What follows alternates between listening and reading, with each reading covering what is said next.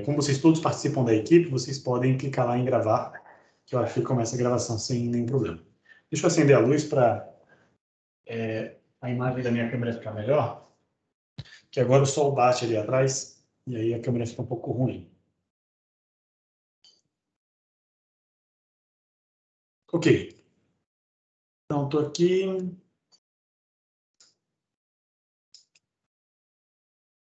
Eu também fiz uma organização aqui, tá? Vou abrir aqui como colinha na aula de hoje. Então, no nosso exercício, a gente tinha esse programa aqui, né? Que faz o seguinte, ele tem lá uma definição do início da RAM, começa em 2800, né? Que é onde a gente vai salvar as pilhas das tarefas. Tem um objeto que modela o número de tarefas, né? O máximo de tarefas que foram criadas até agora. Tem uma função que foi definida em assembly, chamada de write_sp, para escrever no ponteiro da pilha. E aí a gente tem uma estrutura que modela a tarefa, um modelo da tarefa. A gente escreveu aqui duas rotinas, né, duas tarefas bem simples, uma para piscar o LED vermelho, esse aqui, e outra para piscar o LED verde, que é essa aqui de cima, cada uma independente uma da outra. E o nosso objetivo aqui é ver essas duas tarefas rodarem como se fossem em paralelo, né? E quem vai gerenciar a troca de tarefas vai ser o sistema operacional. A gente fez uma funçãozinha para registrar uma tarefa no sistema operacional, e essa funçãozinha recebe como parâmetro uma função, né, o nome de uma função. A princípio, ela é para ser usada dessa forma aqui, então eu inicio a minha rotina principal, dando boot no sistema, fazendo o que for necessário, registrando as tarefas, então o red blink e o green blink eu registro elas no sistema operacional e depois inicio, né, chamo o RTOS para rodar, uma outra função que a gente vai desenvolver ainda.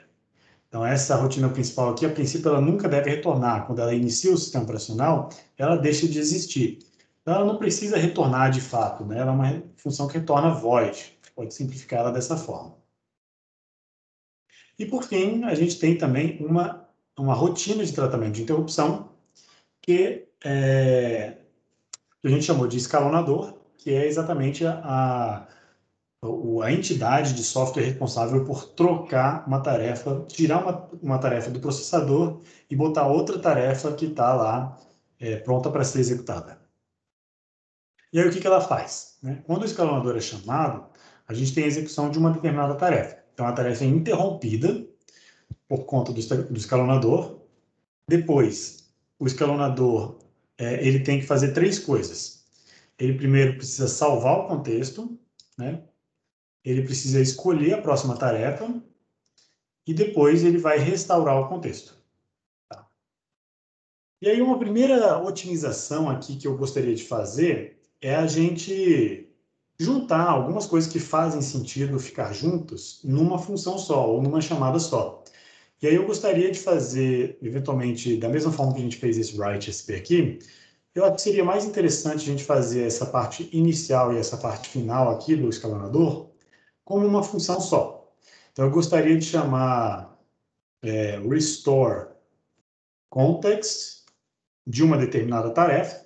Tá? Então, a gente vai passar o ponteiro da pilha da tarefa que eu quero restaurar.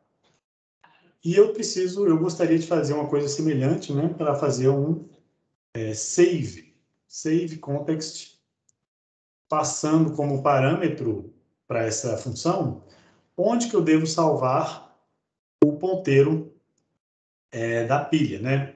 Então, aqui é curioso, porque aqui eu estou passando a posição onde devo salvar o ponteiro da pilha, o stack pointer, e não o valor do ponteiro da pilha, porque o valor do ponteiro da pilha, na hora que eu entro no escalonador, ele está lá no registro SP.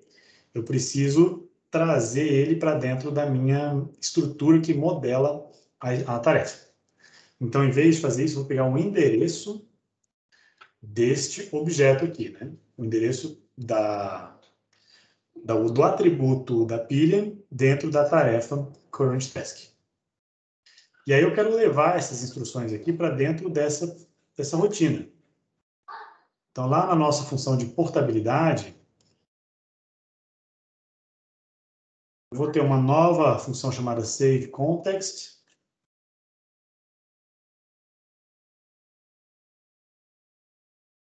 E vou ter uma funçãozinha chamada restoreContext, em vez de writeSP. Uma restaura o contexto e a outra salva o contexto. Eu acho que assim fica um pouco mais organizado, tá? E aí eu vou exportar esses símbolos, né, o saveContext e o restoreContext, para o ligador, poder detectar onde que estão esses símbolos na memória. Quando ele for juntar, né, todo o binário lá para gerar o executável, ele vai saber que esses dois símbolos foram definidos no arquivo assembly separado do arquivo .c. O saveContext, né, como eu preciso salvar numa posição indicada por um objeto, eu não vou passar um ponteiro, mas é um ponteiro para ponteiro, né? Tem dois asteriscos aqui. Porque eu quero a posição lá do objeto da Task Control Block para onde eu vou salvar o SP. Né? Não é o valor do ponteiro da pilha que eu quero, é a posição onde está salvo o ponteiro. Então, se é a posição de um ponteiro, é o ponteiro de um ponteiro. Isso é confuso. É um pouco de muita referenciação, né? Mas eu acho que esse aqui é o máximo que você consegue chegar. O ponteiro de um ponteiro, acho que é o que a gente consegue referenciar no máximo. Então, o ponteiro de um ponteiro é isso que eu espero como parâmetro de entrada para o saveContext. Então, eventualmente, aqui dentro, né, o que eu quero fazer, em algum momento, é colocar o valor, eu quero fazer um move x.a do valor atual da pilha, do SP, para o valor apontado pelo parâmetro de passagem. E esse parâmetro aqui, ó, esse ponteiro para ponteiro, ele está no registro R12, né? Todos os parâmetros de entrada de uma função, de uma rotina, vão para o registro R12. Se eu tiver dois parâmetros de entrada, por exemplo, uma função com dois parâmetros, A, B, ou três parâmetros de entrada, A, B e C, nessa função o A vai para o R12, o B vai para o R13 e o C vai para o R14. Opa, R13. Valores muito grandes, né? Isso aqui é para valores de 16 bits, o int 16t. Mas se eu tiver valores maiores do que 16 bits ou maiores do que 20 bits, por exemplo, se um desses parâmetros for de 32 bits, o A vai ocupar duas posições, dois registros. Então, o A vai ocupar a parte, o R13 e o R12, R13 sendo a parte mais significativa, o B vai para o R14 e o C vai para o R15. Tá? Então, é assim que o compilador, a regra que o compilador usa para parâmetros de C em assembly é isso aqui. Ah, professor, e se tiver mais um parâmetro? Aí, a partir, né, depois que ele usou esses 4 registradores, a partir desses registradores, ele não tem mais espaço nos registradores. Os registradores para passagem de parâmetros são apenas o R12 e o R15. Aí, a partir disso, ele começa a usar a pilha. Tá? Então, o D vai virar o 2SP, né, e por aí vai. O E vai virar o 4SP, e por aí vai. Então, ele começa a usar a memória RAM para passar parâmetros para uma determinada função. Isso é o que o compilador faz. Então, sabendo disso, nossa função saveContext, ela recebe como parâmetro de entrada, né, aqui da mesma forma, 12, ela recebe como parâmetro de entrada a posição que eu devo salvar o ponteiro da pilha. Então, em algum momento, eu preciso salvar SP em 0R12. Da mesma forma que eu fiz isso aqui, ó. Eu salvei o valor de R12 em SP. RestoreContext faz exatamente a operação contrária. Só que aqui eu estou passando o valor da pilha que eu preciso salvar, que eu preciso agora restaurar e colocar no ponteiro SP. Tá, então, Professor, o senhor pode diga, me Thiago. lembrar o que é o zero ali na frente do R12? Ah, claro. Esse aqui é um modo de endereçamento que permite você dereferenciar o endereço que está num determinado registro. Então, quando você tem essa forma de escrever, né, um número inteiro, entre parênteses, o valor do registrador, você está falando, eu não quero o valor do registrador, não quero salvar este valor, esse valor aqui, né, SP, eu não quero salvar esse valor dentro de R12, mas eu quero salvar na posição da memória RAM, apontada por R12 mais 0. Esse índice pode ser positivo ou negativo. Por exemplo, eu posso ter aqui um 2R12, indicando que lá na memória RAM, eu vou para a posição, né, para o endereço dado por R12 mais 2, mais um índice, e vou salvar o resultado nessa posição. Então, vou salvar o valor de SP dentro desse endereço. Então, isso é chamado de modo de endereçamento indexado, porque ele contém um índice, além da dereferenciação do registrador.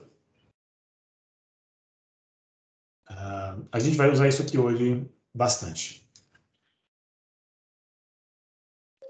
Então, o R12 é como se fosse um ponteiro, não é? Nesse caso?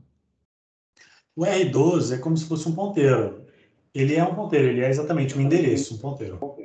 Ah, beleza. Obrigado. Então, vamos lá. A gente, na função SaveContext, a gente tem que colocar os valores de todos os registradores na pilha, né? Então, a gente vai... Aqui eu vou botar os comentários a partir dessa linha aqui. Salva os valores de todos os registradores. Não. Os registradores. Então, é de R12, R4 até R15.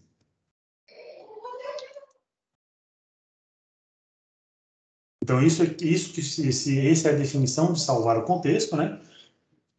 E depois, o que eu preciso fazer? Eu preciso salvar o valor atual da pilha, né? Depois que eu preencher a pilha com o contexto daquela tarefa, eu vou falar, bom, já que eu estou retirando essa tarefa do processador, eu preciso saber onde que ela parou, onde que a pilha parou. Então, eu vou salvar o ponteiro da pilha. E aí eu salvo o ponteiro da pilha numa estrutura separada. Então, para poder recuperá-la depois, né? Porque não adianta eu colocar o SP dentro da pilha, porque a pilha, eu vou trocar, né, essa região de memória por outra, então eu não conseguiria voltar para ela. Então, esse ponteiro da pilha ele tem que ser tratado de maneira especial. Aí, vamos lá. Essa linha aqui, o que ela faz? Ela salva o endereço atual da pilha.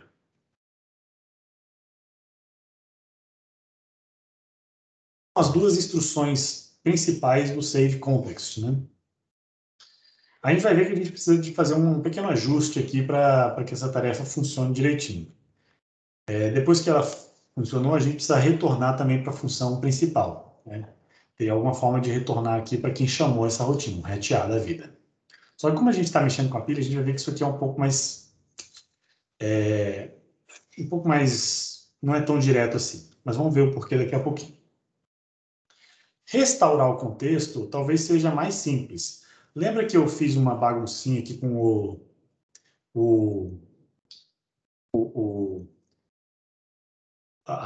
endereço de retorno? Né? Quando a gente entra numa rotina de C, a gente chama uma função, essa função ela coloca o endereço de retorno na pilha e começa a executar. Então, o endereço da pilha, isso aqui que eu estou fazendo, ele era uma manipulação que eu tinha feito na pilha para poder retornar para a função anterior. É como se fosse um retorno.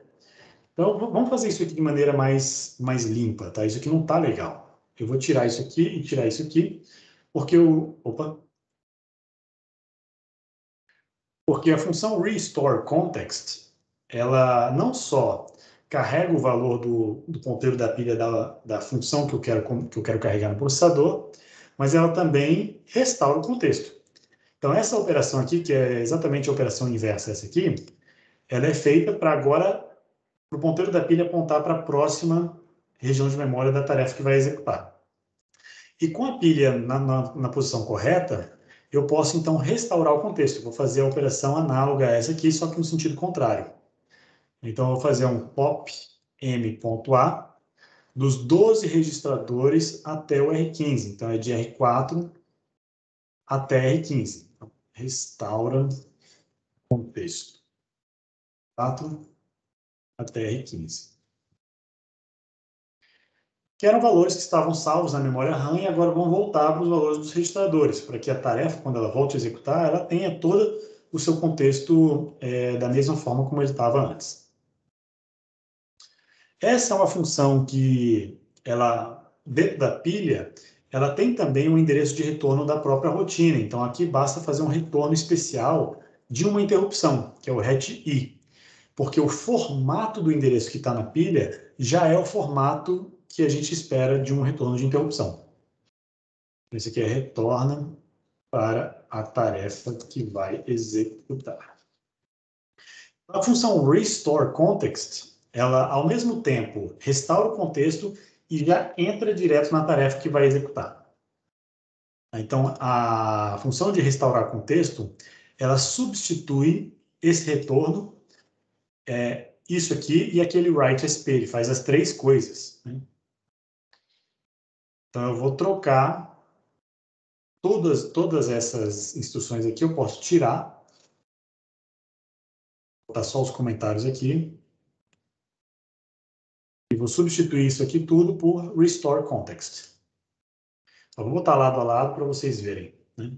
Quando eu Professor, for... mas ali o R12 não vai ser perdido? O R12 vai ser perdido, exatamente. Só que vai ser perdido depois que eu já usei ele. Então, o R12 ele é usado para passar o parâmetro da função. Então, nesse momento aqui, ó, quando eu chamo o restore context, o R12 vai ser preenchido com o ponteiro da pilha da nova tarefa. Uhum. Então, o R12 é a única coisa que eu tenho de informação. Aí eu boto ele na posição correta, né, no ponteiro da pilha, e agora a pilha está apontando para a posição da pilha da nova tarefa que vai executar. Nesse instante, eu vou restaurar contexto, e aí aqui eu vou restaurar o contexto nesse pop, e o R12 anterior vai desaparecer, né? Não me interessa mais, porque eu já usei ele. Todos os valores, né, de R4 a R15 vão todos ser substituídos pelo da nova tarefa. Quando eu faço isso, eu posso agora entrar na nova tarefa usando um retorno de interrupção, já que o formatinho de retorno já espera, já está no formato próprio desse retorno especial. Então, eu não preciso do return aqui como eu tinha antes. Professor, eu não vi o senhor mexer com o PC. Eu achei que você ia ter que mover o endereço do último ponto para o PC e guardar o endereço do PC na hora que você fosse salvar o contexto. Perfeito. E eu tenho que fazer isso mesmo, né? A sua pergunta é excelente, porque ela me permite explorar um tópico relativo. É o seguinte, só para contextualizar, gente, o Thiago perguntou aqui, como eu imagino, né, que a pergunta do Thiago tenha sido no seguinte sentido: como depois que eu executar o escalonador redireciona o programa para a tarefa que vai executar. Então eu tenho que escrever no PC, né? Eu tenho que modificar o valor do ponteiro de programa, do PC, Program Counter. Como é que isso é feito? Tá? Isso é feito internamente, Thiago, nessa instrução RET-I. Porque o RET-I, ele espera que a pilha tenha dentro da pilha o valor do registro de status e do PC. Só que não no formato tradicional de uma chamada de função, mas no formato de uma interrupção, né? Eu vou mostrar aqui no quadro para relembrar um pouquinho o que a gente tinha.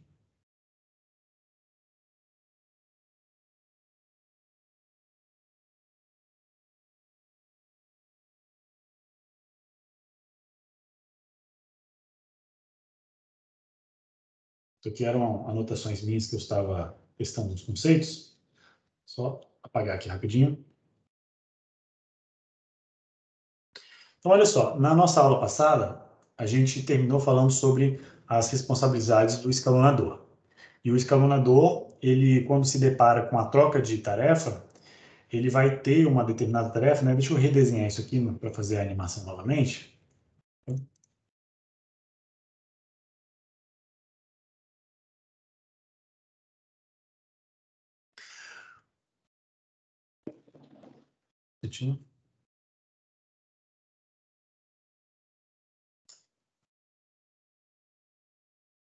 Então, quando o escalonador ele começa a executar, ele vai se deparar, o escalonador, lembra, ele é uma rotina de tratamento de interrupção.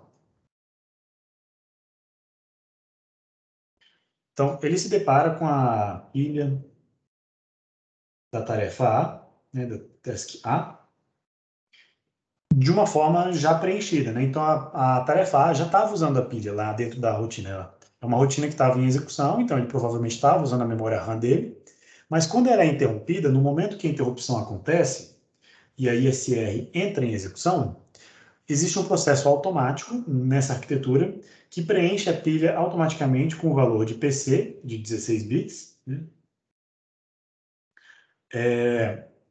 Depois coloca o registro de status, status register, SR, e completa, só que bota só apenas os 12 bits menos significativos, né, do registro de status, então aqui são 12 bits, e aqui coloca a parte mais significativa do PC em 4 bits. Tá? Essa estrutura ela é não convencional, tá? Ela foge completamente da estrutura como os objetos são colocados na memória. Né? Por exemplo, um objeto de 20 bits na memória, ele é colocado, sei lá, um OBJ aqui, primeiro os 16 bits menos significativos, e depois, na parte menos significativa, eu vou ter os 4 bits mais significativos na menor parcela desse objeto, né, dessa word aqui, e o resto fica zerado, né? Isso aqui é tudo zerado. Então perceba que este formato ele é totalmente não padronizado, ele é específico de interrupção. E a gente já usou ele quando a gente registrou a tarefa, né? A gente já viu que a gente tinha construído dessa forma. Estava lá no datasheet, a gente seguiu exatamente como o datasheet falava. Então a ideia é que quando a rotina restore context, depois dela executar, né, ela vai ter aqui, em cima disso aqui, ela vai ter aqui o contexto, né, de R4 até R15.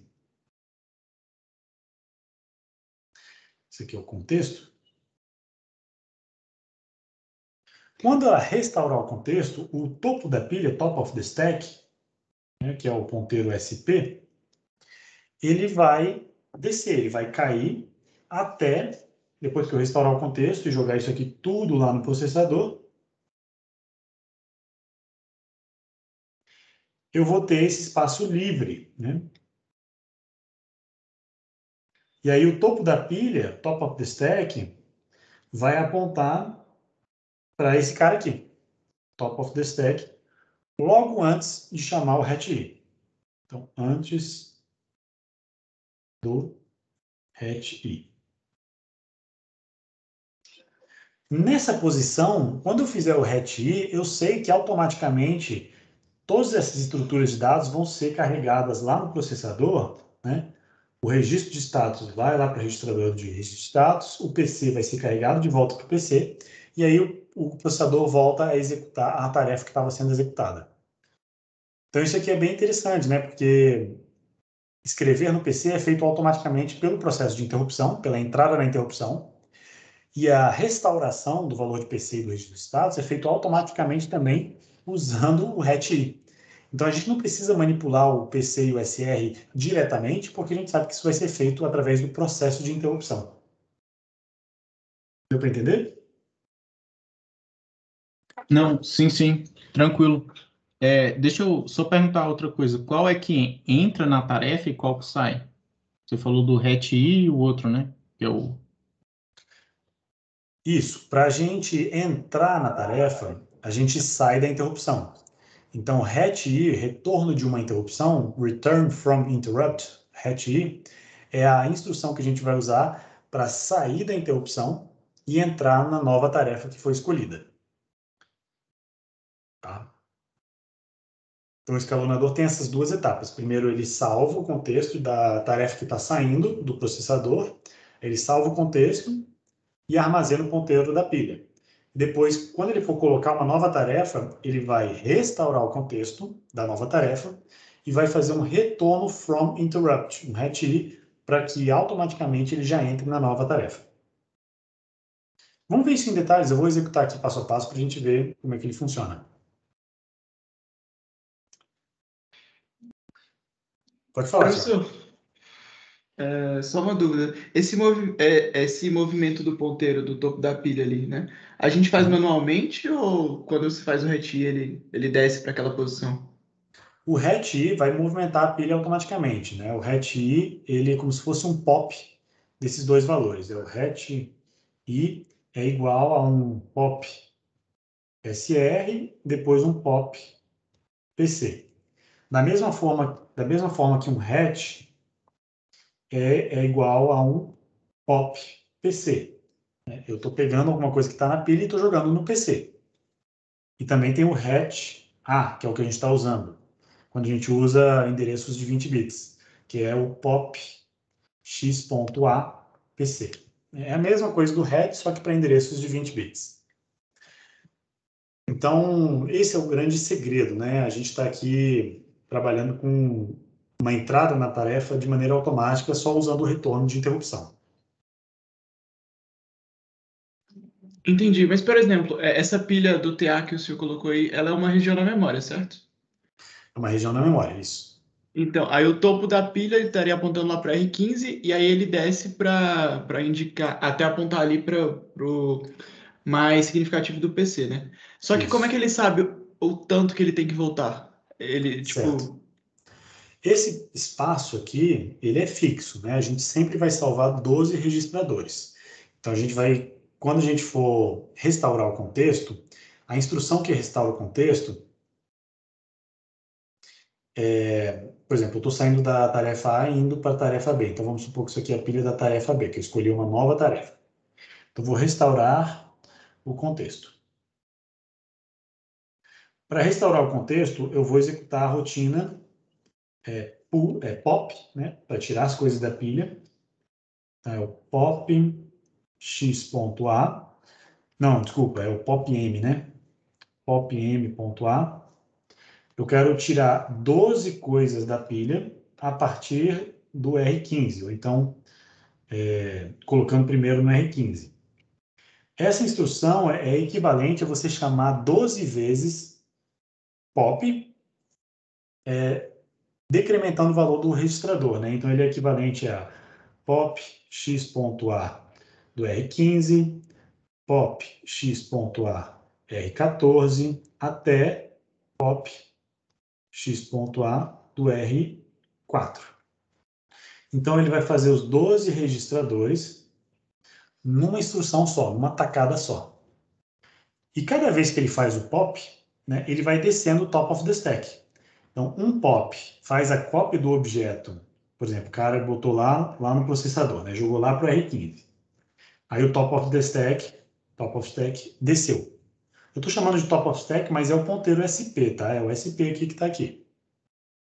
Aí ele fez outro pop, o SP vai descendo. Ele vai descendo, depois de 12 iterações, ele já esvaziou a pilha, né?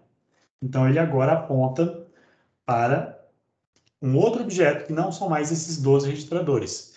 É o endereço de retorno, é o registro de status e o endereço de retorno da interrupção, que era onde eu estava executando a tarefa B.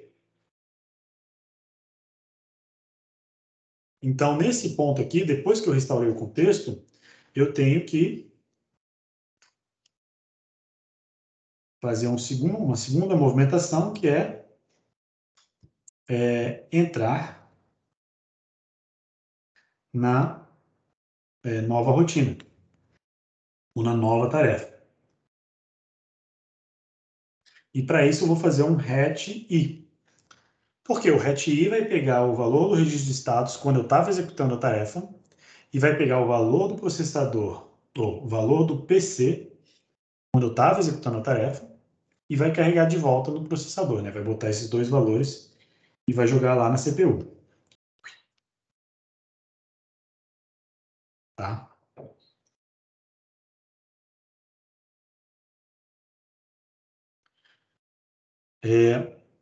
Eu acho que isso aqui pode ficar mais claro se eu executar um passo a passo e mostrar para vocês o que está acontecendo com a memória.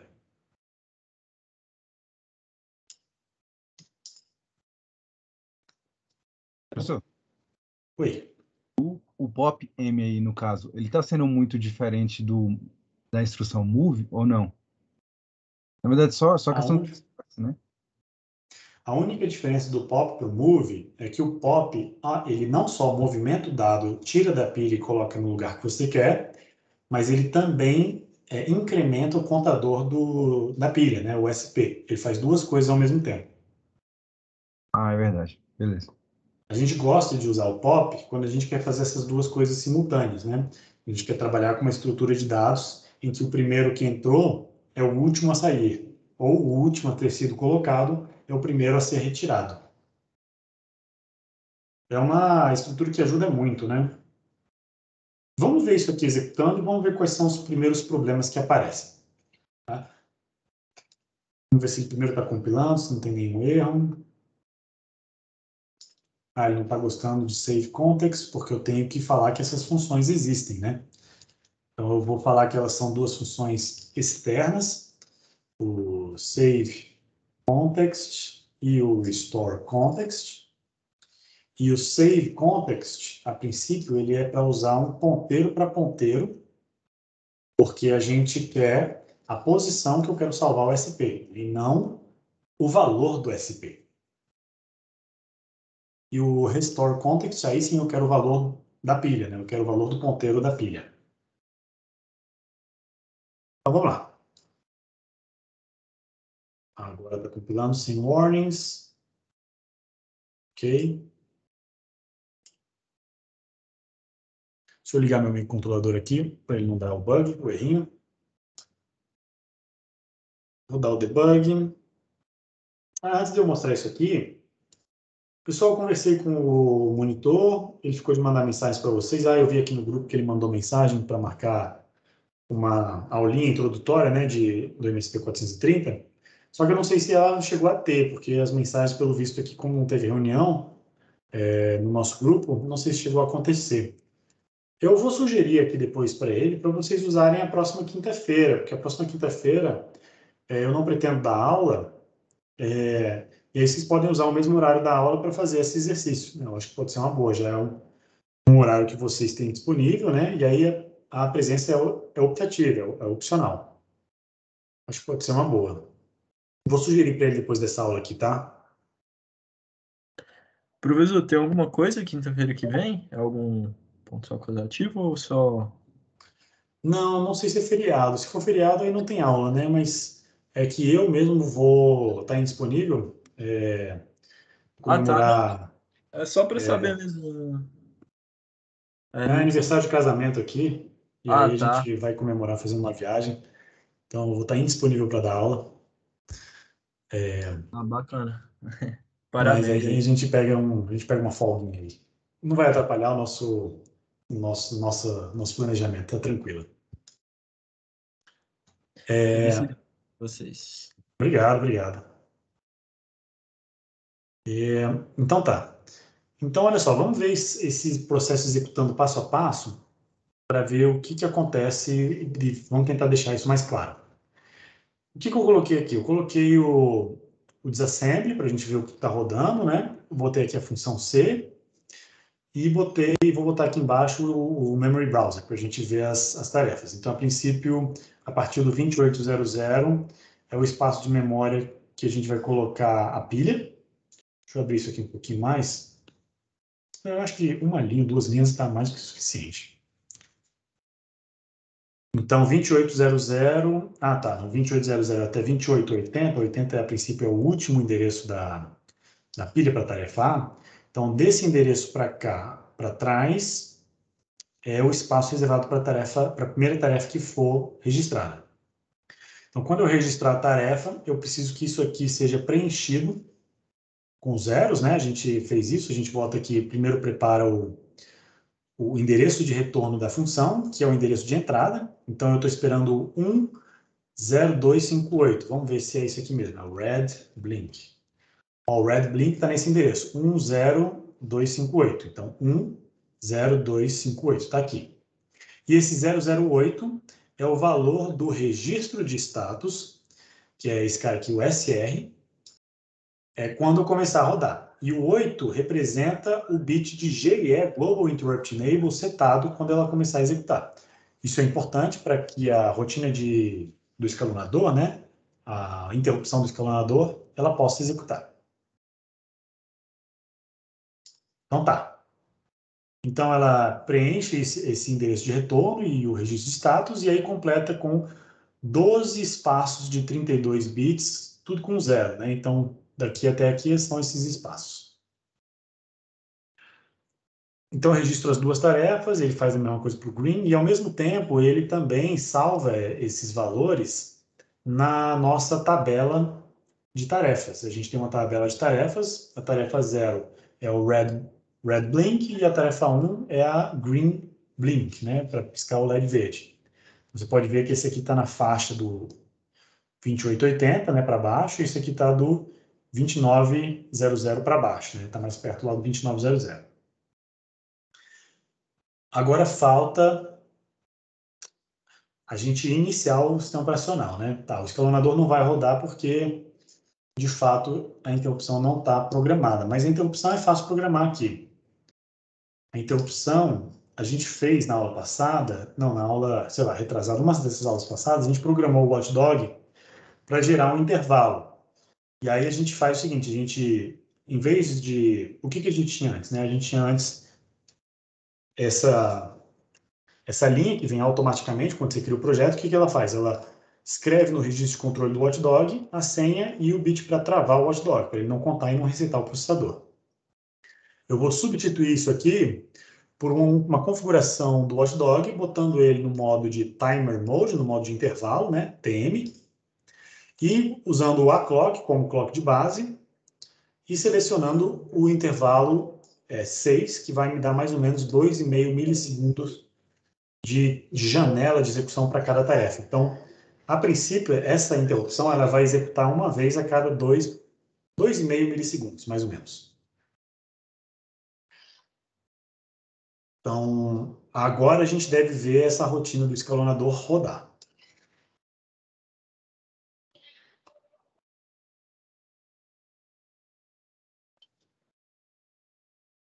Então, registrou. E agora, beleza.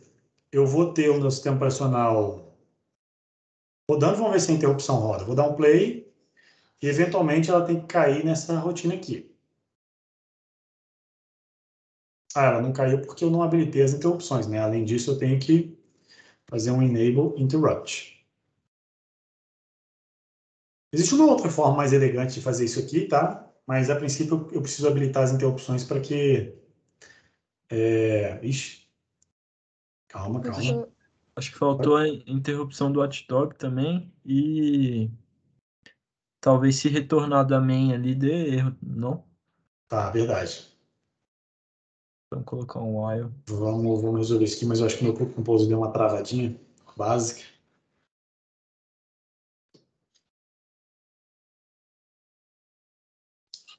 Total.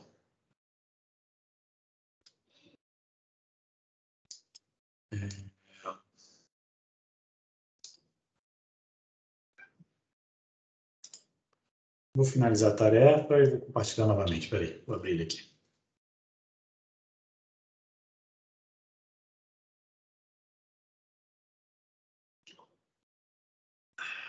Pronto, voltou.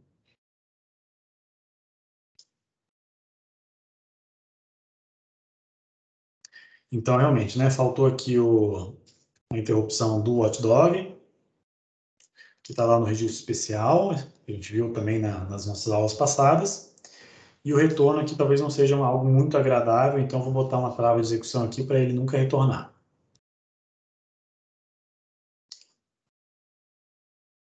Então, vamos entrar lá na depuração.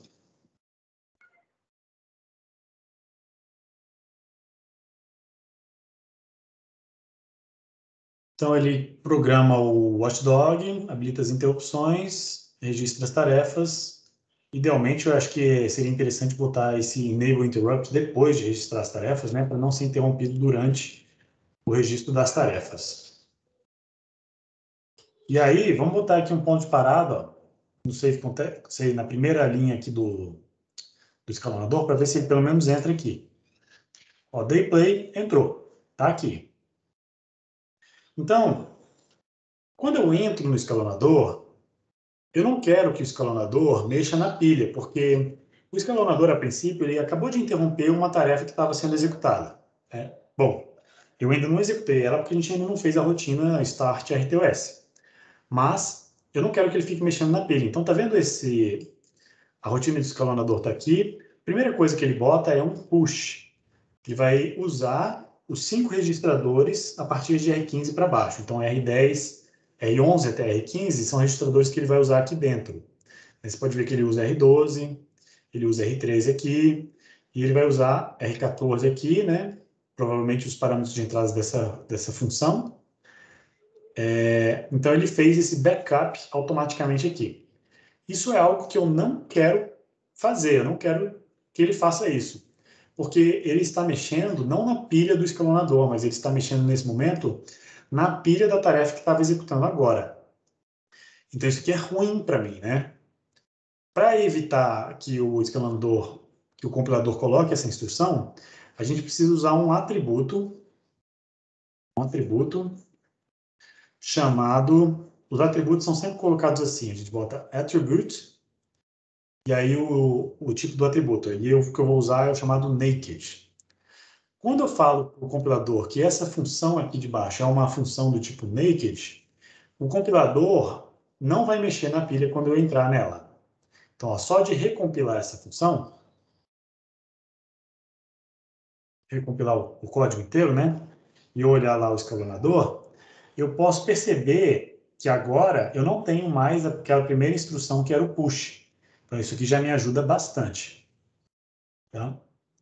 Então, a pilha não vai ser manipulada nesse momento, né? Ela vai ser, vamos me mexendo nos registradores, mas aí, paciência. Por isso que assim que eu entro na minha rotina de tratamento de interrupção, eu preciso fazer o backup da tarefa A que estava executando, a tarefa que estava executando naquele instante. Por isso que a primeira coisa que a gente faz no escalonador, aqui embaixo, cadê? A primeira coisa que eu faço no escalonador é salvar o contexto. Deixa eu dar uma simplificada aqui, para ficar menorzinha essa função.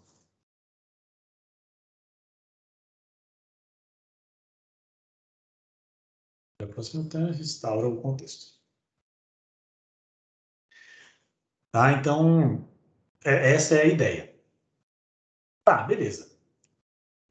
Então, mas tá faltando a gente começar o sistema operacional, né? Esse Start RTOS aqui, eu acho que é um bom momento para a gente fazer ele. Deixa eu dar um stop aqui. Linha simples, né? Que não tem parâmetro de entrada nem nada, não tem parâmetro de saída. E o que ele vai fazer? O Start RTOS precisa colocar no processador a primeira tarefa que eu quero executar.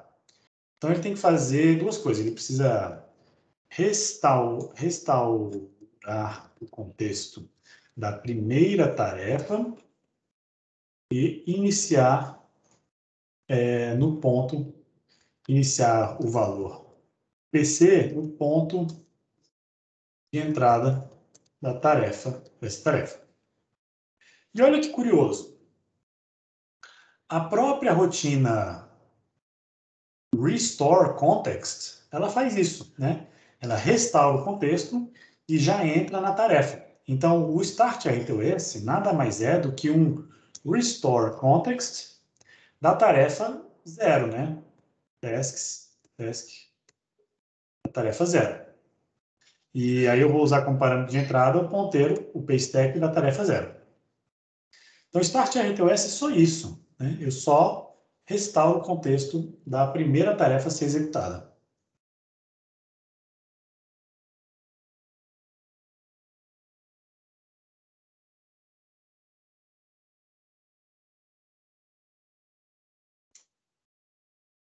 Assim, seleciona a primeira tarefa da lista.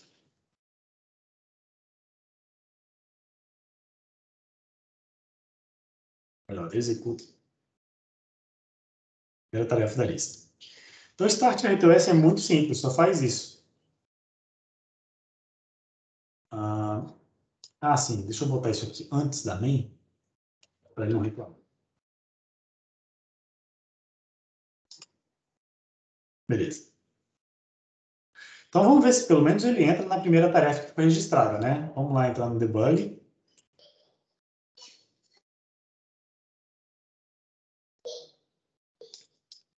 Registrei as duas tarefas, habilitei as interrupções e dei um start ao RTOS. Quando eu der o next aqui, eu fui interrompido, tá vendo?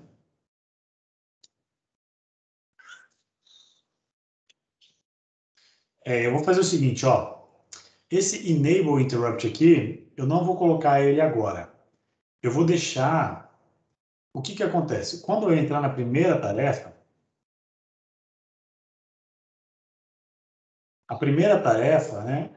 Deixa eu voltar aqui. Acho que ele fez, mas eu não tinha um ponto de parada.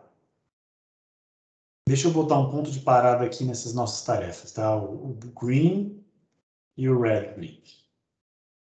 Para eu poder ver se ele entrou nelas, né? Então, eu estou aqui no Start RTOS, vou dar play. Aí ele, de fato, entrou em red blink. Então, ele está lá pronto para executar o red blink. Está esperando o momento para acender o LED vermelho.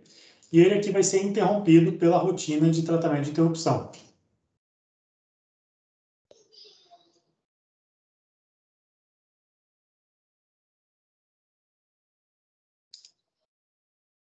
Tá, peraí.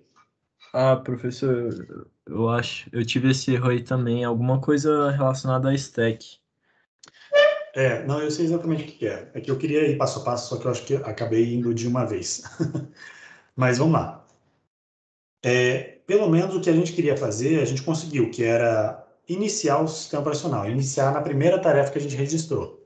Então, a main começa, eu configuro o watchdog, habilito a interrupção local, registro as tarefas, e aí a gente pode perceber que quando eu registro as tarefas, a pilha da tarefa A já tem aqui dentro dela o G e E setado.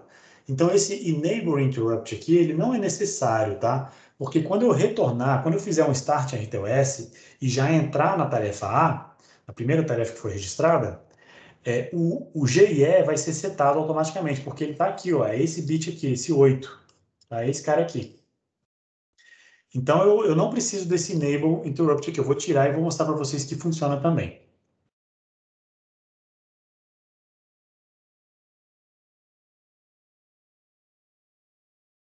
Então, vamos lá de novo. TOF, registrei. Quando eu der Start RTOS, vocês vão perceber que aqui, ó, nos registros, o registro de status está com GIE igual a 0. Mas quando eu executar o Start RTOS e ele entrar na rotina Red Blink, que foi o que aconteceu agora, o GIE foi para 1. Por quê? Esse 008 aqui é o que estava lá na pilha, né, o que estava aqui na pilha, é esse 008 que estava aqui na pilha da tarefa A. Tá? Ele foi carregado corretamente no registro de status. Então, eu não precisaria daquele enable interrupt que ele está habilitado aqui dentro. E aí, beleza, a tarefa A, né, o Red Blink começa a executar, ela está aqui processando, né, o que ela tem que fazer, e eventualmente a rotina de interrupção vai acontecer. Então, eu rodo um pouquinho, a rotina de interrupção acontece. Nesse momento aqui, o GIE foi desabilitado, porque eu entrei numa interrupção. O que mais aconteceu? O valor da pilha, né, a pilha, o stack pointer, ele foi preenchido com o endereço de retorno dessa função e o valor do registro de status naquele momento.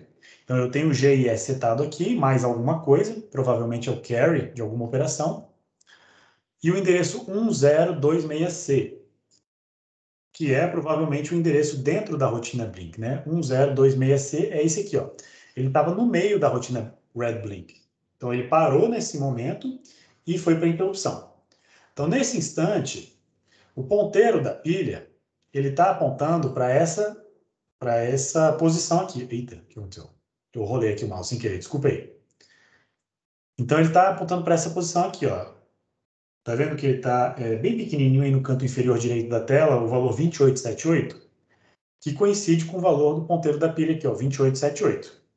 Tá? Então, ele está na posição apontando para esse endereço de retorno aqui. E agora eu vou rodar o Save Context, tá aqui. Vou botar uma pausa aqui para a gente poder ver a execução dela. Entrei aqui, E aí, o que aconteceu? A pilha foi preenchida com mais um valor, o valor 4412, que é o endereço de onde eu estava antes. É o endereço dessa linha aqui, do Save Context. Quer ver? Eu vou aqui para o Scheduler. O endereço 4412 está aqui, ó. É a instrução logo depois da chamada da função Save Context. É para onde eu preciso retornar depois que o Save Context executar. Tá? Então, isso aqui é algo que eu preciso levar em consideração, porque isso aqui é um ruído, né? É um lixo. Não é um lixo, mas é o endereço de retorno do escalonador que está poluindo a pilha da minha tarefa A. Então, eu preciso levar isso em consideração na minha rotina de Save Context. Não adianta eu só salvar o contexto aqui. Se eu executar isso aqui, ó, ele vai salvar todos esses valores que estavam zerados com os valores dos registradores, tá? E, no entanto, só tinha esses aqui que estavam sendo usados. Mas a minha pilha está deslocada, porque eu tenho essa bolha aqui, né? Esse ruído. Então, eu preciso tirar esse cara daqui. Para fazer isso, eu vou tirar esse cara daqui e vou jogar ele lá no final. Então, eu vou fazer um pop x.a, dessa posição aqui, e vou jogar ela lá para o final, ou seja, eu quero jogar ela para 12 posições para frente, né? E quando eu uso esse modo indexado aqui, esse valor tá sendo referenciado em bytes. E como cada objeto, quando eu uso o modelo de 20 bits, ocupa 32 bits, eu preciso andar de 4 em 4 bytes, tá? Então, 12 vezes 4. Só que não são só 12, né? Porque eu preciso de 12 espaços para os 12 registradores, mais um. Então, são 13. Eu preciso andar 13 posições em relação ao ponteiro da pilha atual. Só que não é para frente, né? Porque a pilha ela cresce para trás. Então, esse valor é um valor negativo. E aí, como essa matemática aqui não pode ser computada em assembly, eu vou substituir esse 13 vezes 4 pelo valor real, né? Que é o valor 12 vezes 4 dá 48, mais 4, 52. 52 SP. Então, o que eu vou fazer aqui? Essa instrução, ela joga o endereço de retorno para o final da pilha. Lixo, tá? Isso aqui está atrapalhando o meu save context. E aí, já que ele vai estar lá no final da pilha, quando eu fizer o push de todos os 12 valores, ele vai ficar numa posição para frente. Deixa eu mostrar para vocês, tá? Deixa eu rodar isso aqui para ver em que ponto nós paramos. Então, deixa eu botar um ponto de parada assim que a gente entrar aqui. Deixa eu dar um play. Play, estou aqui. Pronto. Estou aqui, 2800, estou aqui. Então, aqui nessa linha de cima é a pilha da tarefa A. Eu vou entrar aqui dentro, tá? Entrei aqui dentro e estou pronto para salvar o que tiver na pilha da tarefa A. Então, eu tenho aqui o endereço de retorno da tarefa A. Tenho aqui o endereço de retorno do escalonador. Isso aqui é lixo para mim. Então, eu preciso jogar esse cara lá para o final dessa pilha.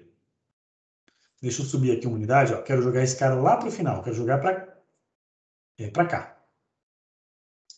Play. Aí ele foi lá para o final.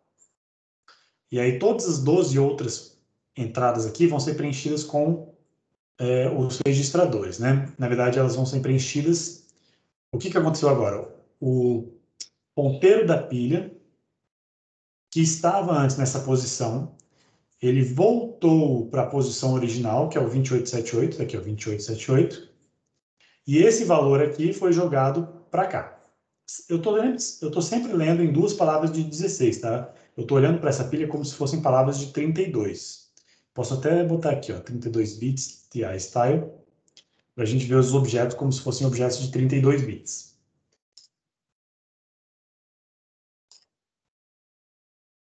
Acho que fica melhor. Então, tá aqui, ó. Esse aqui é o endereço de retorno da função. Esse aqui é o endereço de retorno do escalonador. E aqui eu tenho 1, 2, 3, 4, 5, 6, 7, 8, 9, 10, 11. 12, tem que abrir mais um espaço aqui, ó. Então, 52 talvez não seja suficiente para salvar todos os registradores. Professor, o senhor pode repetir quando que está surgindo esse endereço aí? Esse endereço ele surge quando entra no save context, não é? Quando está Exatamente. no meio da interrupção e você chama save context. Aí ele Exatamente. salva o endereço na pilha e vai para o... Uhum. Deixa eu mostrar passo a passo para você ver isso acontecendo. Professor, tem espaço para os 12 aí, sim. Tem espaço, não tem? É que você considerou o valor que você 1, jogou lá 2, atrás, né? 3, 4, 5, 6, 7, 8, 9, 10, 11, 12. Sim, tá certo. Tem espaço para os 12. Porque... tá certo. Aquele espaço era um espaço vazio. Então, olha só, Thiago. Tem aqui, ó, 12 espaços para os 12 registradores que eu quero salvar. Só que quando eu entro em Save Context, quando eu faço esse call Save Context, o call, né, ele faz que o PC atual, o valor do PC, que é o 4400, né, só que não é bem 4400, porque quando ele chegar no call, o valor do PC vai ser 4412, né? Ele precisa salvar o 4412 aqui na pilha. Então, quando eu entrar aqui no Save Context, eu vou entrar aqui dentro. Entrei. Olha só, ele foi salvo aqui na pilha, o 4412, que é o endereço de retorno, lá do escalonador. Então, isso aqui é ruído para mim, eu preciso jogar isso aqui lá para o final. Então, eu jogo esse cara para lá, abrindo espaço aqui para mim. Então, é esse pop aqui. Fiz um pop desse cara e joguei ele aqui. Beleza. Agora eu vou salvar todos os registradores aqui nesses espaços, a partir daqui até aqui. E vou... Você vai ver que o registro de status está aqui, né? Na hora que eu der esse push, ele vai apontar agora para cá. Então, vamos dar um executor. Aí, ó, ele completou com o valor de todos os registradores. E agora o SP está apontando para o 2848, que é essa posição aqui, ó, 2848. Então, ele colocou todos os novos valores aqui. E essa posição da pilha, ela ainda não faz parte do topo da pilha. Então, eu tenho que manualmente mudar o topo da pilha para cá, para quando eu fizer um hatch-A, ele voltar lá para o escalonador. Porque se eu fizer um hatch-A agora, o endereço que vai ser carregado no PC vai ser esse cara aqui, o 000, que é o que ele está apontando nesse instante. Tá? Quer ver? Ó, vamos executar para dar o pau. Então, se eu fizer esse hatch-A agora, POF, ele vai dar pau, porque o PC foi zerado. Aí ele foi para a posição 0. E não é isso que eu quero.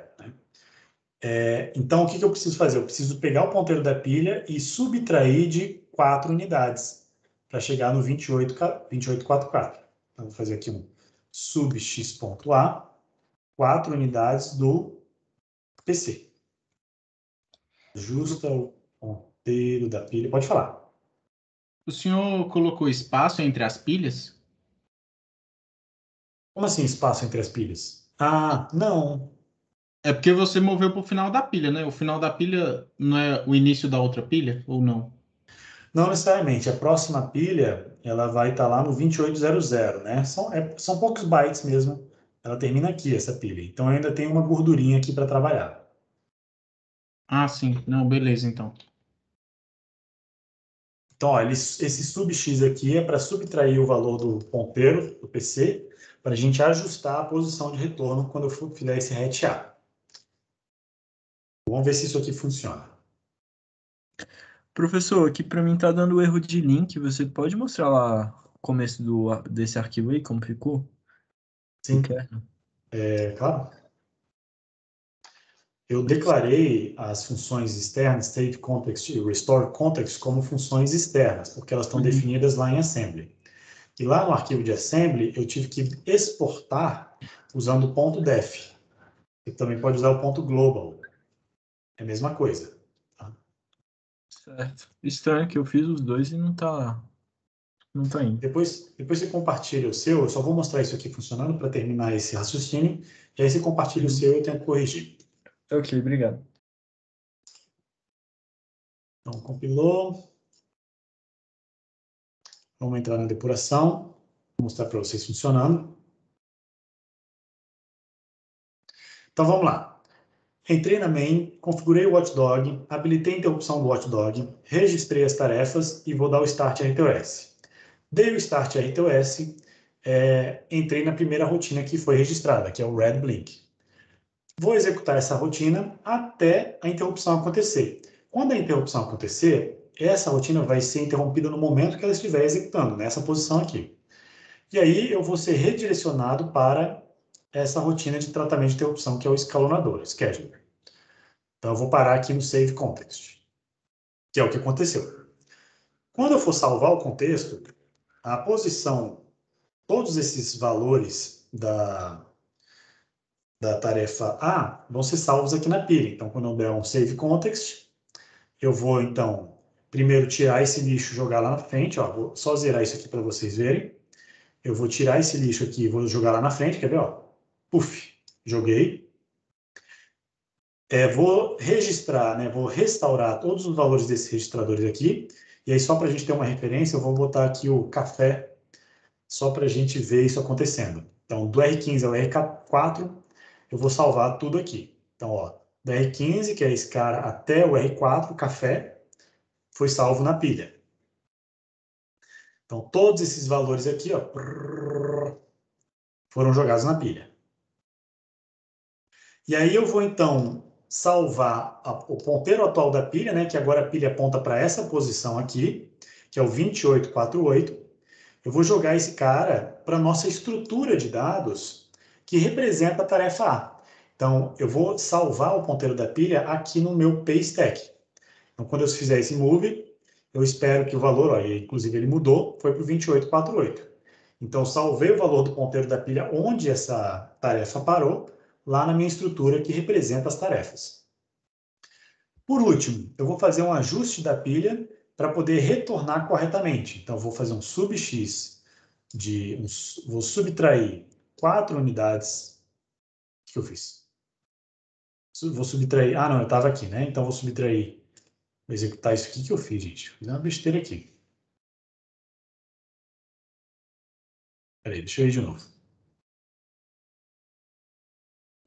Iniciar. Não era para subtrair do SP?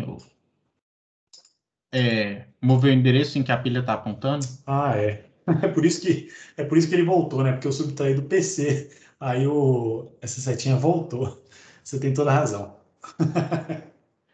Eu subtraí 4 do contador de programa. Então, o contador de programa é como se fosse essa linha de execução, né? Então, ele voltou para a instrução de cima. Tá certo, é o SP, você tem razão, Thiago.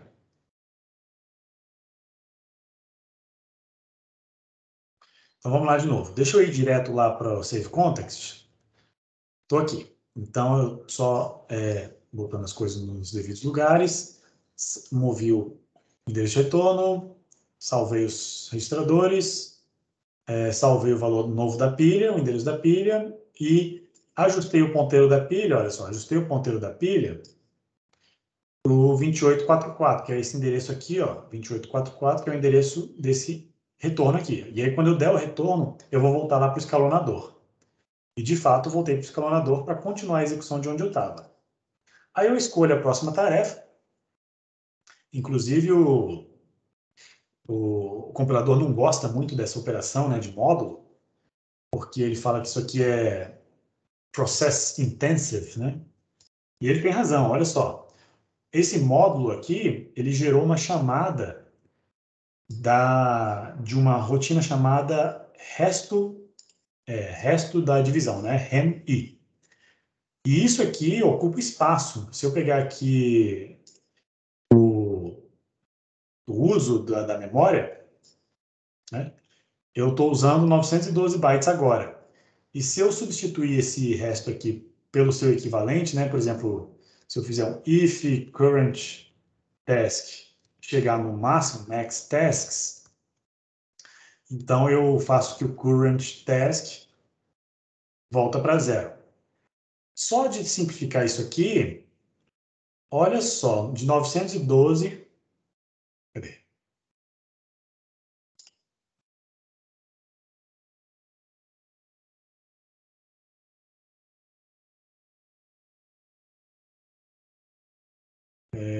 Uai, não mostrou não? Não queria ver se mostrava aqui. Bom, deixa eu mostrar então aqui no Memory Allocation. Aqui na memória Flash, Flash 1 e Flash 2 é onde tá salva o programa, né? Então, se eu substituir isso aqui pelo anterior, 126 e 610, alguma coisa, subiu para 128 e 738. Então, só de botar uma versão que aparentemente fica um pouco mais feia, né? Mas ela é mais eficiente. Tá? Essa versão com if aqui, ela é bem mais eficiente porque ela retira de 738 bytes usado para o programa, cai para 672. Então, são alguns bytes que a gente consegue otimizar o nosso sistema, mas é uma coisa que a gente faz para deixar o processo um pouco mais rápido, né? Lembra que essa rotina de interrupção do escalonador, ela tem que ser curta e grossa, ela tem que executar rapidinho e sair. Então, esse tipo de otimização é interessante de fazer nessa rotina do escalonador. Talvez não seja interessante de fazer lá numa tarefa, porque a tarefa você quer que ela seja o mais claro possível, né? Mas aqui no escalonador é importante fazer esse tipo de otimização. Então tá.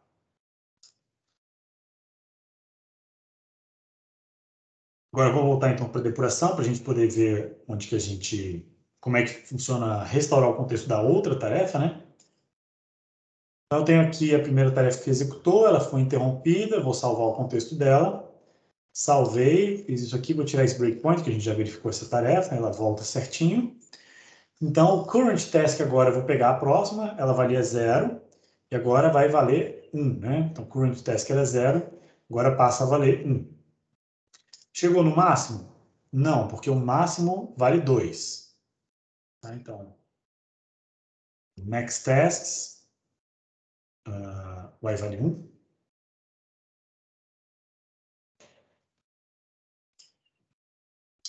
É porque eu fiz errado aqui o max tasks, né? Primeiro preciso somar e depois salvar o resultado dessa soma no max tasks.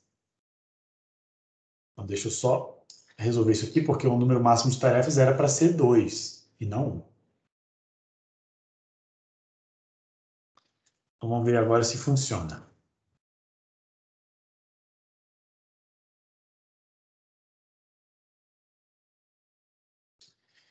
Então, eu estou na minha tarefa atual, vou escolher a próxima. Eu acho que eu executei sem querer, eu já me adiantei.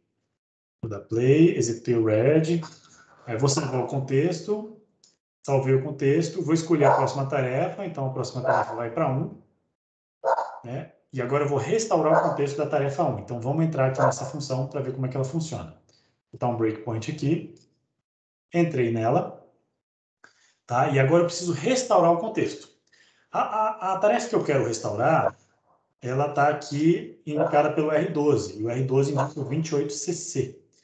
28cc é a posição da pilha lá para a segunda tarefa. Então, ela começa em 2900, tá? E aí 28cc é essa posição aqui, ó. 28cc, cadê? Aqui. É essa posição, que significa que eu tenho 12 registradores iguais a 0, porque ela nunca executou, e tenho um endereço de retorno, que é o 102121. Vamos ver se tá certo aqui. Tem link, é o 10212. 0212. Então, 10212, está certo. 0212. Então, eu vou pegar esse cara e vou botar no ponteiro da pilha. Atualmente, o ponteiro da pilha está apontado lá para a pilha da tarefa A. Inclusive, eu usei o endereço de retorno do escalonador na pilha da tarefa A, mas não tem problema, porque ali para cima é lixo, então não preciso me preocupar com aquilo. Então, eu vou agora recarregar o ponteiro da pilha, né, que estava lá na pilha da tarefa A, e agora eu vou mover ela para a pilha da tarefa B.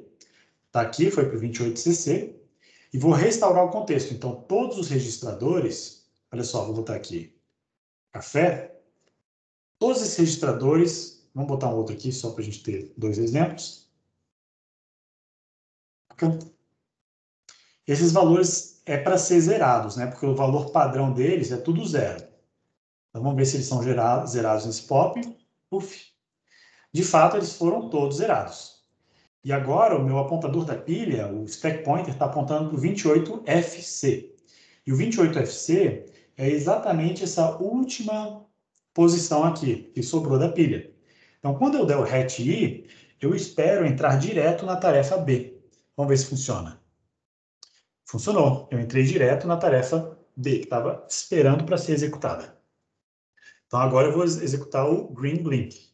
E aí ele começa a executar aqui, até, eventualmente, ela ser interrompida pelo escalonador. Tá? Então, eu vou botar um ponto de parada aqui no escalonador novamente. Tá? Já está. Vou dar play. Eventualmente, o escalonador vai fazer isso. E aí ele vai trocar para a tarefa A. Então, ele salva o contexto da tarefa B. Salvou o contexto. A gente já viu isso funcionando, né?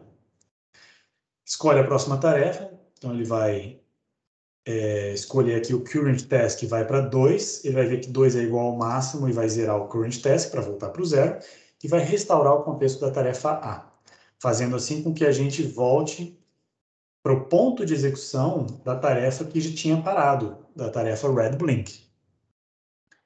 Agora vamos ver isso aqui operando na câmera, para vocês verem ele rodando.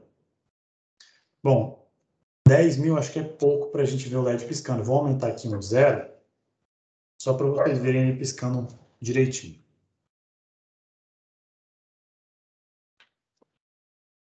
Deixa eu parar o compartilhamento.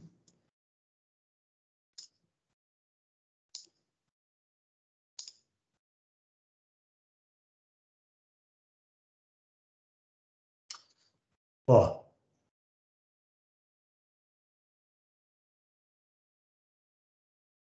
Tirar os breakpoints, porque ele está travando aqui e não está executando.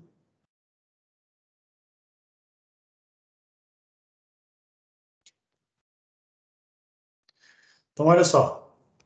Está pronto para executar. Se eu soltar o reset, ele vai executar o programa. Então, soltei. Vocês estão vendo os dois LEDs piscarem alternadamente? Olha aí que bacana. Bacana. Então, as duas tarefas elas estão executando de maneira quase que paralelas, só que vocês viram que os LEDs não estão sincronizados, né? Um está ativando antes do outro. Isso é porque, quando a tarefa A entrou para ser executada, ela rodou um tempo antes do escalonador se interromper para rodar a tarefa B. Então, a tarefa que faz o LED vermelho piscar está um pouquinho adiantada em relação à tarefa do LED verde. Então, nesse momento, a gente está com um esqueleto do nosso sistema operacional pronto. E eu queria agora organizar o código, deixar ele mais organizadinho para a gente deixar... fazer algumas otimizações no código, né? Até aqui, vocês têm alguma dúvida? Vocês querem fazer alguma pergunta? Professor, o senhor pode mostrar como que o senhor viu o número de tarefas que tem lá na parte do round robin? Como é que você fez? Acho Claro. que está no regtask, né? Isso. Então, vamos lá. Aqui no arquivo kernel, eu tenho aqui o regtasks, né? E aí, toda vez que eu registro uma tarefa, eu registro a tarefa aqui, eu tenho o contador de tarefas, T. Toda vez que eu registro uma tarefa, eu incremento o T e salvo esse valor incrementado numa variável global que eu chamei de max tasks, né? Que é uma variável que eu declarei aqui em cima. Tá? Uma otimização que a gente já pode fazer agora é juntar esses dois conceitos, do T e do max tasks. Então, vou botar aqui, em vez de max tasks, ntask, o número de tarefas, né? E vou tirar esse T aqui, vou usar, em vez de T, esse ntask.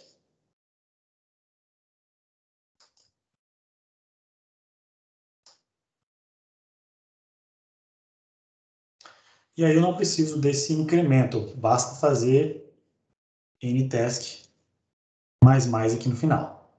Tá? Eu não preciso de duas variáveis para isso, porque as duas fazem a mesma coisa, né?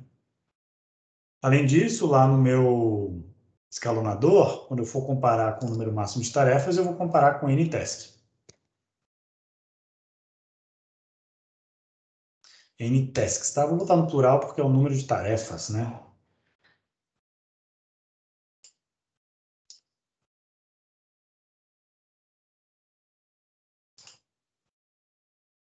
Outra otimização que eu gostaria de fazer com vocês é simplificar um pouquinho a nossa estrutura que representa uma tarefa.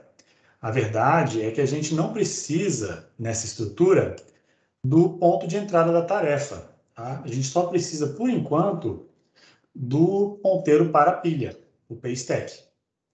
Por quê? Porque, na verdade, o ptask só foi usado uma vez para salvar aqui e botar ele na pilha. Mas, na verdade, a gente não precisa guardar ele como um objeto. Tá? A gente pode remover isso aqui. Porque a gente usa o task como para preencher a pilha uma vez, e depois que a tarefa está executando, toda vez que ela é interrompida, a posição intermediária dessa tarefa vai ficar lá na pilha. Então a gente pode. A gente não precisa ficar salvando, a gente não precisa gastar esse espaço na estrutura lá da tarefa.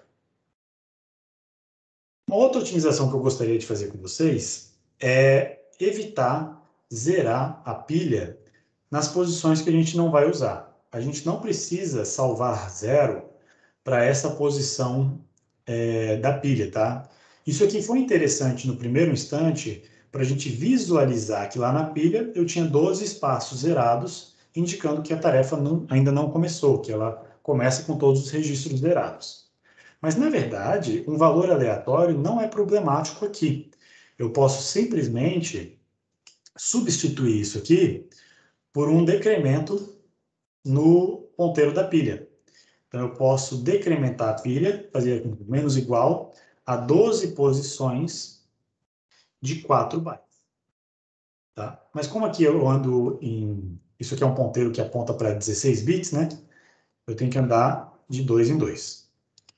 Porque são duas palavras de 16 bits, né? Aqui em C é diferente de assembly. Tá? Então, eu vou substituir isso aqui tudo por um simples decremento. Vou até deixar como comentário aqui.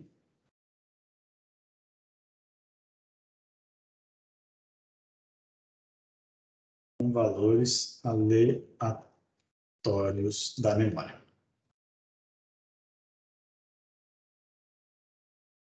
Incrementa o contador de tarefas já registradas. Tá, então, uma pequena otimização que a gente consegue fazer aqui no RegTasks, eu acho que fica mais legal, fica mais bacana. Aí, se você quiser aqui no final incrementar aqui dentro, pode também, mas eu acho que não fica tão elegante, acho que é bom botar fora, vou deixar bem claro. O que mais? Outra coisa que dá para fazer é fazer com que o Start RTOS, já que isso aqui é uma função que só roda uma vez, para evitar que ela crie um endereço de retorno na pilha, né, que a gente não quer, a gente pode, em vez de usar uma função, a gente bota uma função inline. Né? Uma função inline é aquela que a gente está dizendo para o compilador, na verdade, a gente só está dando uma dica para o compilador, falando que ele pode, se ele quiser, substituir essa função como é como se ele estivesse pegando isso aqui, em vez de ser uma função, onde essa função é chamada, ele substitui por isso aqui. Tá? Então, em vez de ter start RTOS aqui, o compilador vai simplesmente substituir isso aqui por um restore context dessa forma. A gente poderia botar aqui também, mas eu gosto do nome start RTOS, acho que fica mais bonitinho. Porque o start RTOS pode ter outras funcionalidades no futuro, né? Inicializar estruturas de dados do sistema operacional, né? Isso aqui, ó, por exemplo, pode ir para o start RTOS, né? Só que aí eu corro o risco de reiniciar o meu processador enquanto eu estou registrando as tarefas. Tá? Era uma coisa que eu poderia botar lá no meu Start RTOS se eu quisesse. Enfim. Bom, vamos tentar botar? Vamos ver se ele reinicia. Eu acho que não vai dar tempo dele reiniciar o PC. Tá? E aí a main fica super elegante, né? A main fica só registrar as tarefas e iniciar o sistema operacional. Eu acho bem bacana.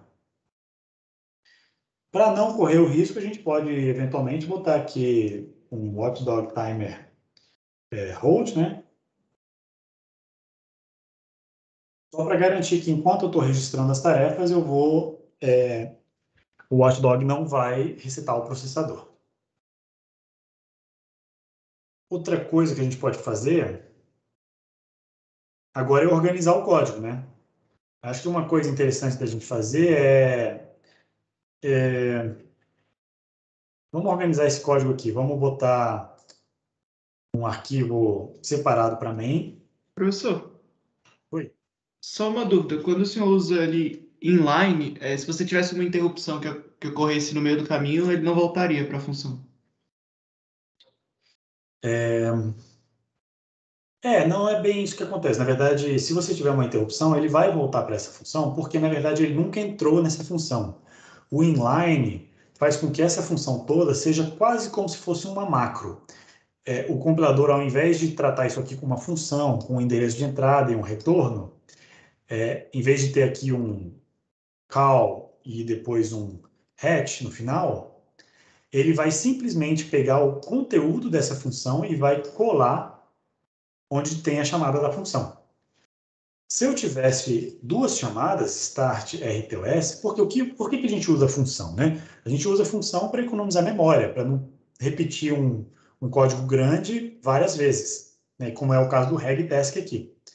Mas no caso de uma função inline, ele pega isso aqui e cola duas vezes, não isso aqui, mas o conteúdo, né? O que está dentro.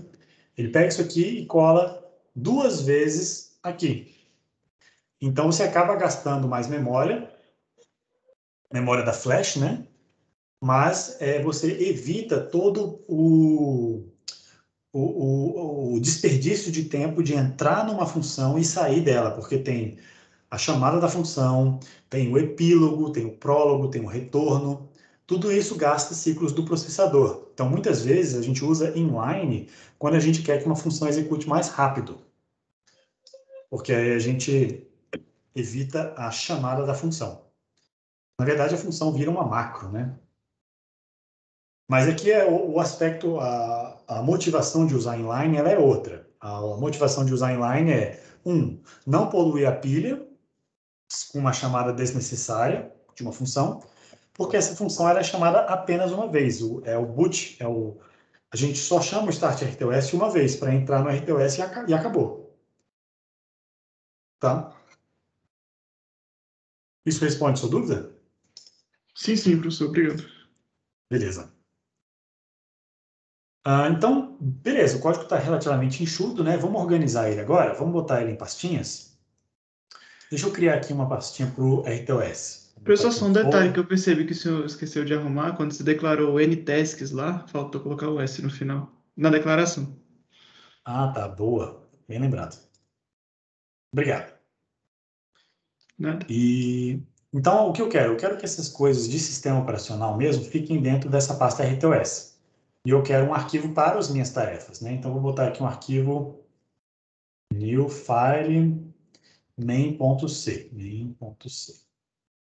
E na main eu vou colocar coisas que não são aqui do sistema operacional. Por exemplo, green blink não é do sistema operacional, red blink não é do sistema operacional, né? O que mais? A própria main, né? De fato. A main vai sair fora.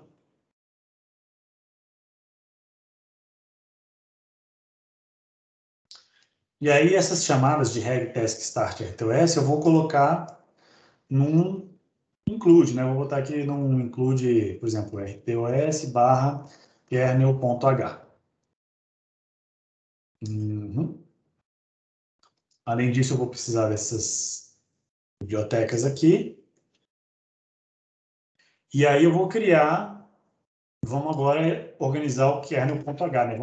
Vamos separar esse kernel.c, que estava tudo jogado aqui, em dois arquivos. Um arquivo kernel.h e um arquivo kernel.c. E aí no kernel.h eu quero só as definições, né? Eu quero as declarações das funções, eu quero talvez a declaração do tipo da tarefa, mas não a declaração da instanciação da tarefa. Bom, eventualmente a gente pode fazer isso mais tarde. Mas eu vou declarar aqui que eu tenho uma regtask, vou declarar que eu tenho um start RTOS também.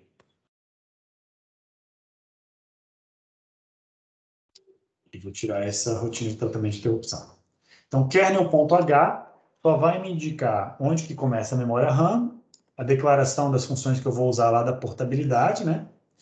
E a função regtask e o start RTOS. No kernel.c, eu vou tirar essas coisas que eu já tenho declarado lá, vou deixar só as declarações dos objetos que têm endereço na memória, né? A declaração das funções regtask e start RTOS e o escalonador. Então, ficou um arquivo bem mais enxuto. E para usar as funções do kernel, né, eu tenho que fazer um include kernel.h para poder usar, por exemplo, o restore context e o save context. Na verdade, o ideal seria colocar no arquivo de cabeçalho de portabilidade, né, um port.h. Mas como é pouca coisa, vamos botar junto que não tem problema. Deixa eu ver se essa estrutura compila. Ah, compilou. Compilou, gente. E aí, ó, olha como ficou enxuto, né? O nosso sistema operacional. Agora, se eu quiser usar o sistema operacional, basta escrever as minhas tarefas aqui, aqui, e registrar elas e iniciar o sistema operacional. E aí está funcionando. Então, nós conseguimos hoje chegar num exemplo, né, num código, esqueleto de código, a partir do qual a gente vai começar a colocar coisas mais complexas. Comunicação entre tarefas, idealmente um escalonador um pouco mais inteligente, com base em prioridades e diferentes filas, né? Aí a gente pode brincar a partir disso.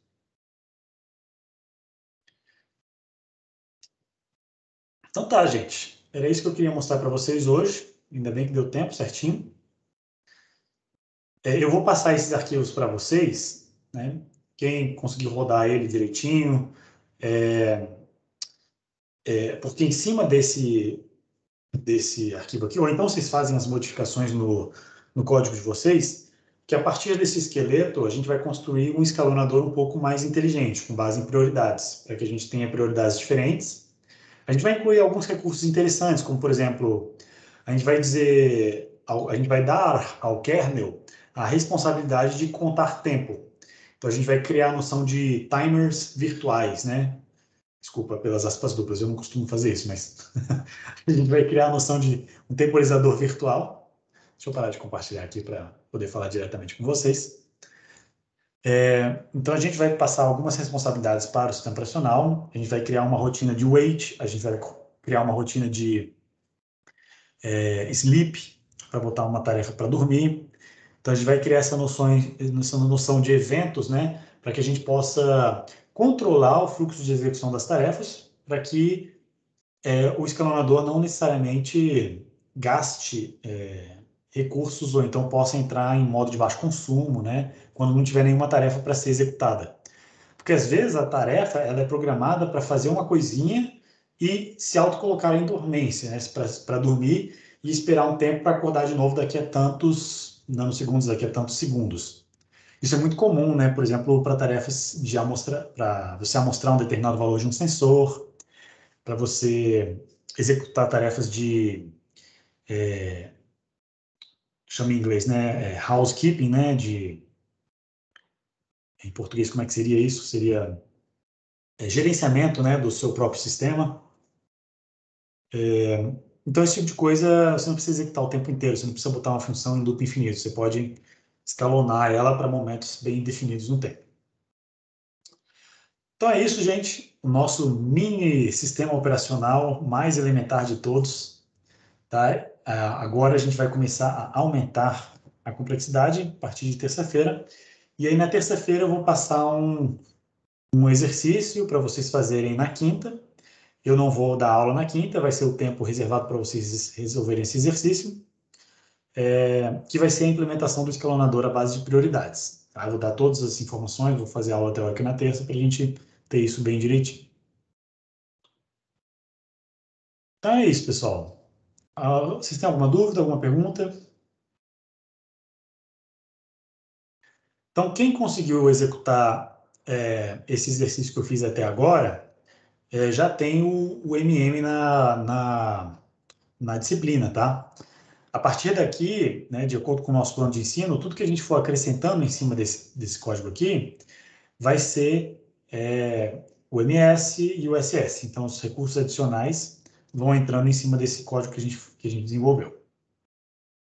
Então, agradeço a todos pela atenção. Vejo vocês, então, na terça-feira que vem. Antes da gente terminar, quer dizer, claro, estão todos dispensados, né? Quem quiser sair pode sair, fica à vontade. Eu queria ver o código dos alunos que conseguiram rodar, eu queria ver e, por exemplo, corrigir o negócio lá do Lucas, ver como é que o Thiago implementou, queria ver como é que vocês fizeram. Vamos fazer uma etapa de interação. Vamos começar pelo Lucas, para a gente corrigir o erro que estava Professor, dando. eu consegui aqui corrigir, na verdade eu criei um novo projeto e copiei os arquivos e funcionou. Então era algum problema no arquivo de linker, né? Só que agora eu Tá. tô tendo um outro problema. Você Deixa está eu usando o colocar. GCC ainda ou passou para o compilador da Não, Texas? passei para Texas. Beleza. Então, aqui eu não sei exatamente se foi exatamente assim como você fez, mas está aparecendo duas instruções extras aqui. Tá. Esse é a interrupção, né? Isso. Você precisa de um outro atributo chamado interrupt. Dá um enter aí antes do OS Scheduler. Hum. E aí é como se fosse o tipo de retorno, né? O que está faltando é o tipo de retorno aí. Ah, Ele está sim, considerando que é tá. voz. Só que o tipo de retorno é um interrupt para ele criar um hatch i lá no final. Porque você pode perceber que essa função, sem o interrupt, ela vai gerar um hatch. Quer ver? Olha lá no disassembly. É verdade. Cadê? Peraí. Cadê? Acho que perdeu aqui. Não, o scheduler. Call A.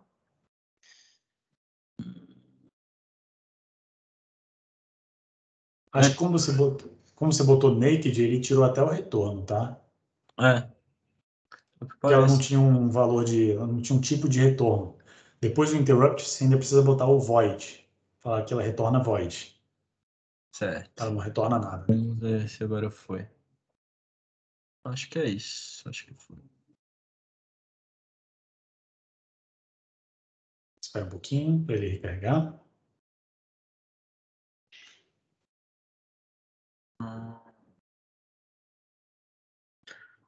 Deixa eu ver. Não parece que foi. Ó, caiu aqui. Eu tenho que analisar o que está errado. Esse aí é aquele negócio de estar carregando zero lá no PC. Quer ver? Bota nos registros lá, vê o valor de PC.